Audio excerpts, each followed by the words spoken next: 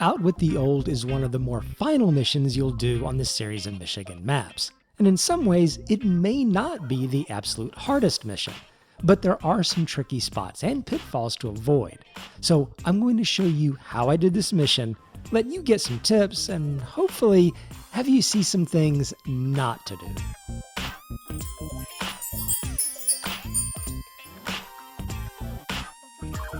So now for some background, this is SnowRunner Hard Mode. No mods, no DLCs, and I'm not backtracking to this map after acquiring some much better vehicle that you'd get outside of any of the Michigan maps. This is a straight progression as a new person to the game would experience it. I was clearing out some older footage on my computer when I saw the Pacific in action, and I thought this would be a nice video to edit and post. The truck I'm using is the Pacific.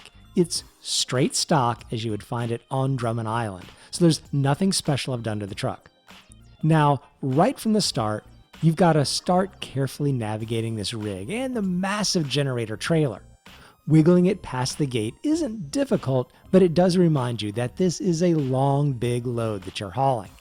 You'll have to take this generator trailer all the way from the harbor on Drummond Island over to the next map and drop it off at the fairly remote location over on Smithville Dam, the drilling site. Now, for the most part, this is a pretty straightforward run of taking the turns wide as you would with any long load, but not being diligent will be your downfall. You can see here that I'm really having to rub the front tire on the guardrail to get the maximum turning radius. But even then, I still clipped the rock on the inside. One good thing about the Pacific is that it's a heavy truck, so it has enough grip on the road to drag the trailer around these kinds of things, and it won't be the last time you'll run out of room. The rest of Drummond Island, once you're past those rocks, is pretty straightforward, but over on Smithville Dam, things get tricky. Now, I've heard of people taking that first left and going towards the water just on the other side of the tunnel. They followed it down to the little rocky crossing of the water, then back up the other side of the drilling site. It is the shortest route. I scoped out this route and just decided it was a bad idea. I think it's doable, but there's also a minefield of stumps on the other side that have to be avoided if you manage to get all the way across the water. I opted for what I felt was a safer route all the way around, across the dam, past the farm, and around the northern loop through the woods down to the south to the drilling site. This was almost my downfall though, and the one most hazardous part of the entire trip was what I dreaded, crossing that horrible wooden bridge that overlooks a massive drop. Now, as I show you what happened to me, I'll recommend you do something slightly different. I made a pretty wide swing with the truck, but the rear wheels on one side of the trailer never made it onto the bridge. I've flipped my trucks exactly in this situation, and I realized there was a high probability I was going to lose the trailer and the Pacific all in one fell swoop. With this being hard mode, I was going to have to pay the biggest fee in the game for recovery on this heavy truck, and start the whole mission over again. What I should have done is try to look for a winch point and just pull the back end of the trailer around a little bit. I don't think it would have taken a lot to make a big difference in getting that rear wheel on the bridge. Instead, as I started across, the whole trailer started to slide sideways, and by some miracle, it managed to stay on the bridge and not pull over the truck as well. I really think the only thing that saved me was the fact that I was using this very wide and very heavy Pacific truck. I think just the weight and stance of the truck was just enough to get me across, but I'll have to tell you, this was definitely not the way. If you come this way, you should definitely winch the rear end of the trailer and make sure all those wheels get on the bridge. But now that I was past that, there's on to a couple more of the less tricky spots. You'll probably recognize where the road drops off on one side, and you usually have to wind up driving on the rocks to make it around this bend. Now, you don't have to get too crazy on this turn, but you will have to hug the outside and not be afraid to drop your wheels off a little bit in the crevice just on the far side of the rocks. But you'll also have to really start to straddle the far embankment. But this again is where just a little bit of diligence and careful driving should keep you out of trouble. And yes, this is again where the trailer is going to scrape that inside turn, but the Pacific should be able to just drag it on around. Everything is pretty straightforward until you get to the sharp turn at the bridge, but this is just some careful maneuvering to be able to get you past everything. I even backed up the trailer a little bit to pin it against the guardrail to get the most room around this turn. You'll have to be careful of the lamppost, but once you're past that, what should happen is the inside of the trailer will start to hang just a little bit on the inside turn. But just rely on the power and weight of the Pacific, give it a couple sharp tugs, and it should pull the thing on around, like it did on the other turns. But before I headed out on the next part of this journey past the farm, it was time to fuel up the Pacific from a truck I had nearby and get ready for the last leg of the journey. Now, you might have noticed this whole time I just kept the Pacific in low gear and let it crawl along. This was to maintain good control of the truck, and also, when I had it in automatic, it was constantly wanting to shift up and down with the big weight of the trailer, and I kept seeing the fuel gauge jump up to 12 and 15 as the automatic transmission struggled.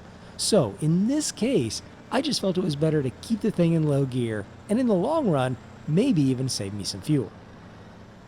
The farm was the first real watery mud I had to deal with, and there's probably more than one path through this little swamp.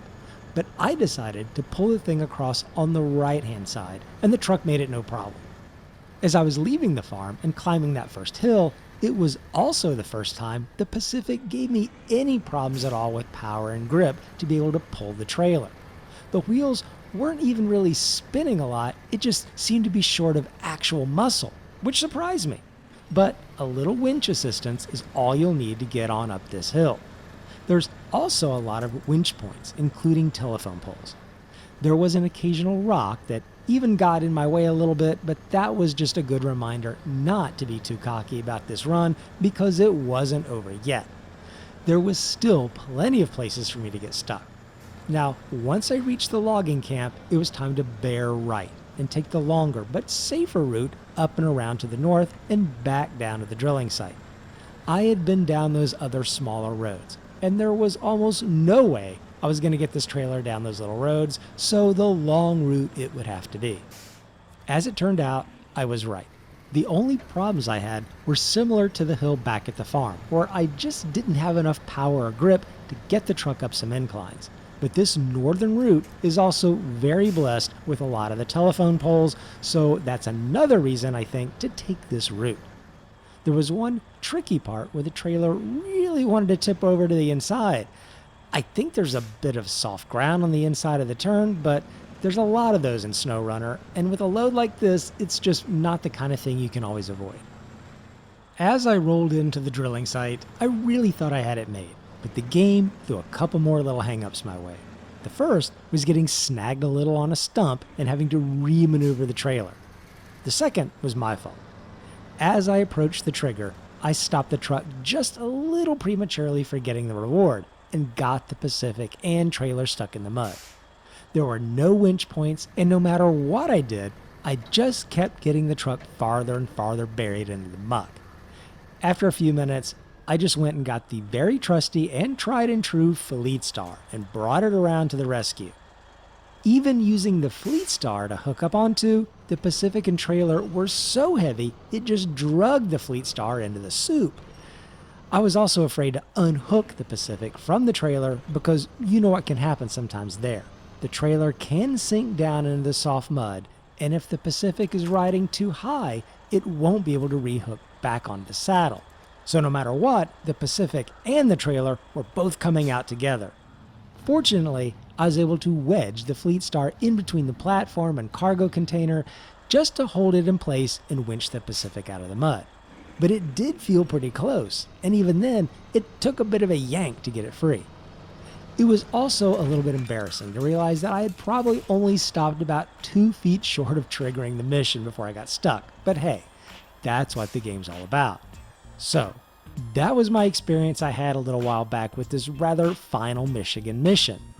I could have done it better, but maybe you got some ideas out of the thing, or maybe you just decided to take a completely different route. and had much better success. I'd be curious in the comments how you've done this mission, or if it helped you, or whatever.